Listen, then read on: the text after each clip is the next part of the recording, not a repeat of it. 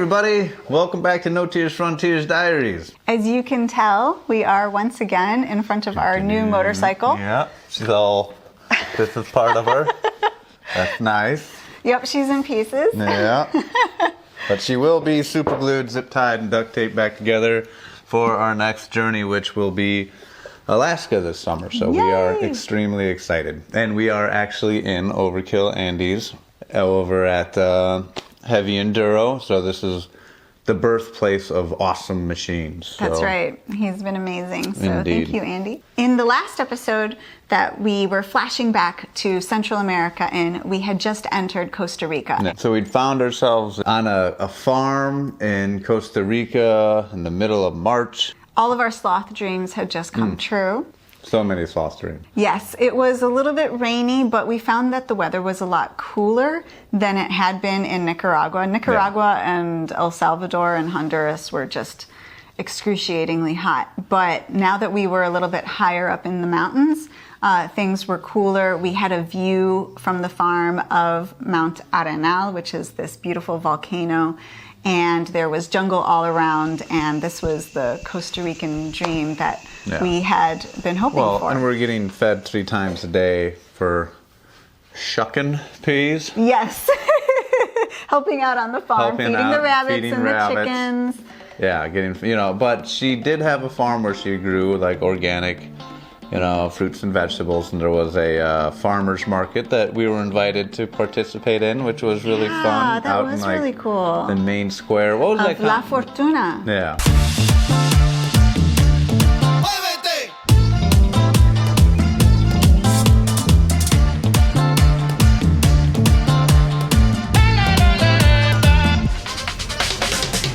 And it was really cool. And so we went. And, we're helping, we helped as much as we could and then got out of the way because we were being, I was a little bit more of a stumbling idiot opposed to anybody who was worth of any use. But as I was messing around with my motorcycle, someone rolled up to me and said, "Oh, you got Moscow Moto bags. That's freaking amazing. I've been in touch with Pete Nash for a long time, and I was like, how awesome is that? I love Pete Nash." His name was Greg. He was all going around the world on his own motorcycle, and he happened to be in the same little small dinky town that we were. It's crazy. It was absolutely nuts. And so I invited him over to Noemy's farm to hang out. Yeah, I think he was a bit confused of why we were selling produce at the local market. And I was really confused because his plates said Utopia with like mountains and then, the regular plate of like 1Z864. And I was like, how did you get a Utopian plate? And he said, I lost my real plate forever ago. But I learned that as long as like the numeric value matches whatever you have on whatever registration you have, it can be anything and everything. Like, no one knows that, there's not a Utopia somewhere in the, the Pacific Northwest. You can tell anybody, from Utopia. It's just south of Oregon and just east of Idaho, Yeah, when it comes to license plates, the U.S. has some beautiful license plates compared to the rest of the world. The rest of the world's license plates are quite boring in comparison, I find. Yeah.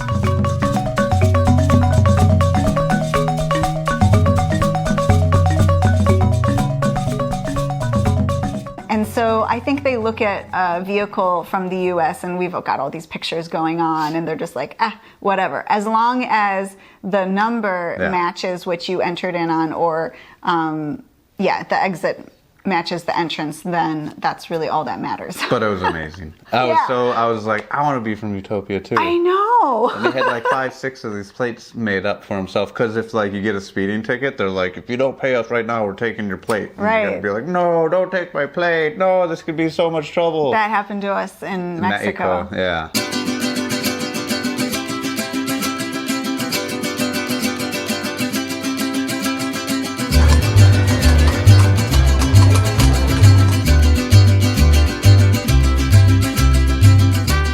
But anyway, word of the wise. Yeah. You never know. Bessie right here. She doesn't have a name yet, but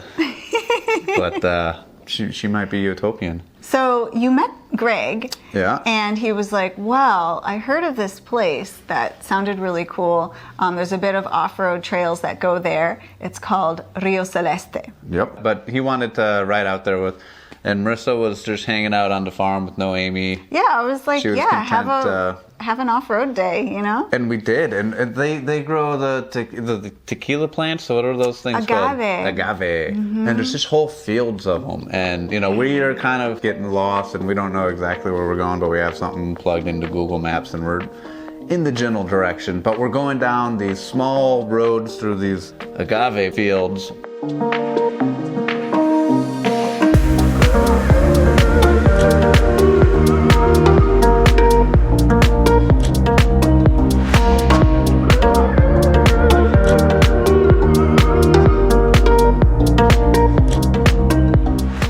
Got to the Rio. Blue River. Yeah.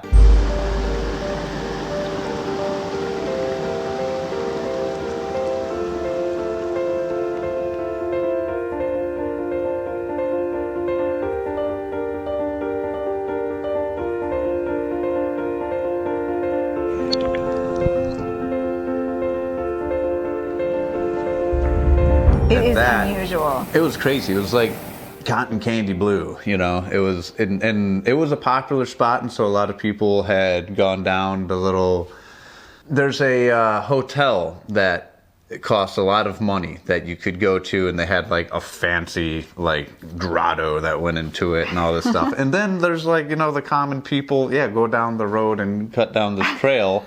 So you went to the same river. spot? It's like, why would we pay to go it's not like the hotel's river. It's, just cutting through Costa Rica. I don't understand why it was so blue. It was the mineral deposits. There's like any kind of weird coloring to anything. It's the minerals. Wow. Yeah. It looks so beautiful in your pictures. And then I got quite jealous once I saw all those pictures. I'm like, and it was so nice. Fun. And then like my bike is big and stupid and heavy, so it wasn't going down this little trail. But Greg had drug quite literally his bike down there to get some really cool pictures. Definitely got some unique, cool things. That's awesome. And that was inspiring for us as well. Yeah, but I was not going to drag my big, stupid, heavy bike down any path like that. And watching him try to get up was like me trying just to get up an asphalt paved hill. But he was on muddy, disgusting rocks and stuff. But we got to swim, and it was really, really, really cool. Perfect. And there's nothing better than finding a beautiful swim spot after a hard day of riding. Yeah, well, and it was just everything was enjoyable. Well, he is from Utopia. So. He is from Utopia, but we were a tad bit lazier and slower than him, and so he ended up taking off, and we were still hanging out at Noemy's farm because it's just paradise. It was so nice. He's from Utopia, and this was paradise.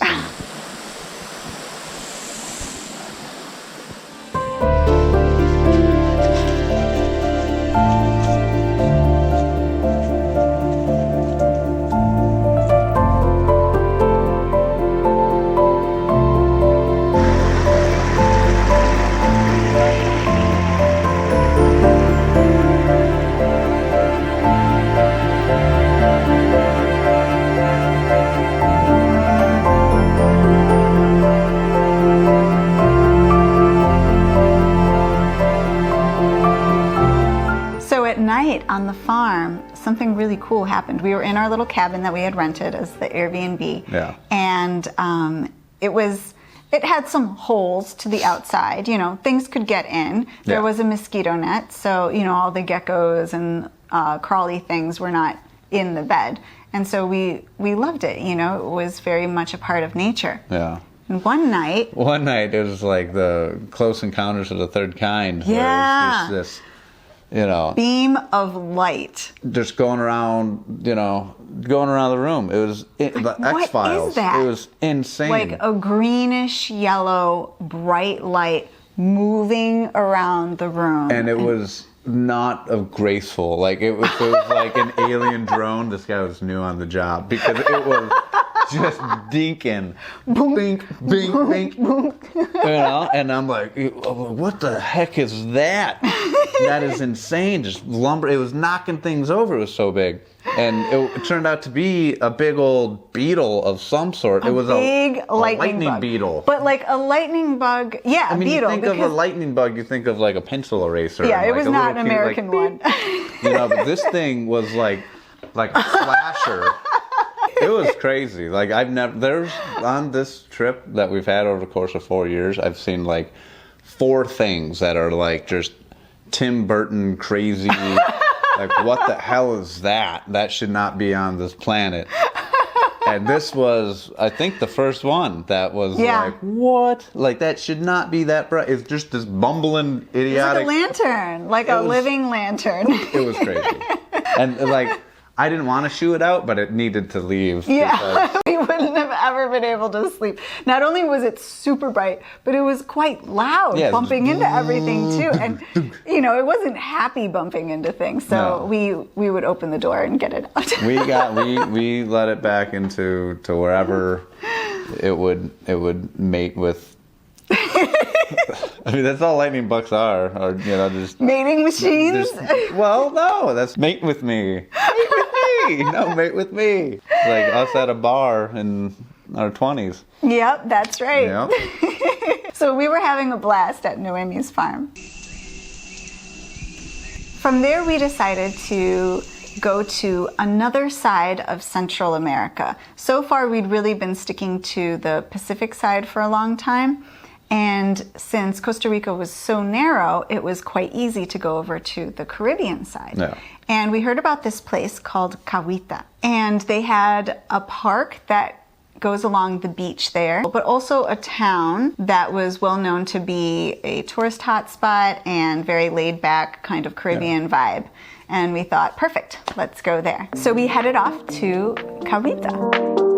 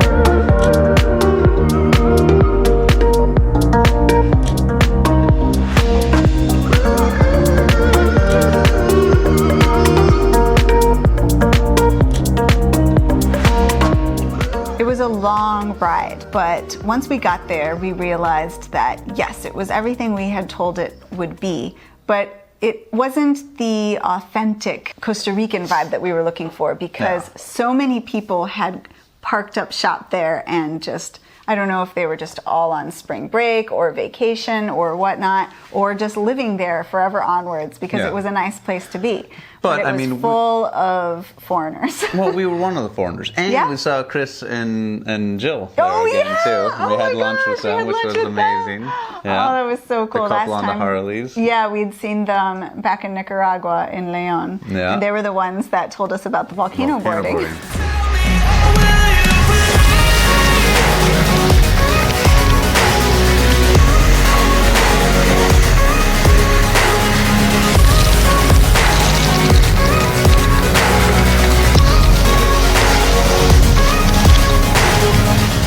We got a little hotel for the night, and then the next day we were super excited to check out this Caribbean beach. And we're like 5-minute walk from this. I think it was a national park. Yeah, a national park, which supposedly had lots of wildlife, including very friendly monkeys. But that will all be in our next episode. So thank you so much for watching. I hope you enjoyed this episode, and I hope you enjoyed riding along with us through Central America. If you did, please give us a big thumbs up. and hit the subscribe button below. Ding, ding. And we'll be seeing you next time. Peace, everybody. Bye. Stay safe.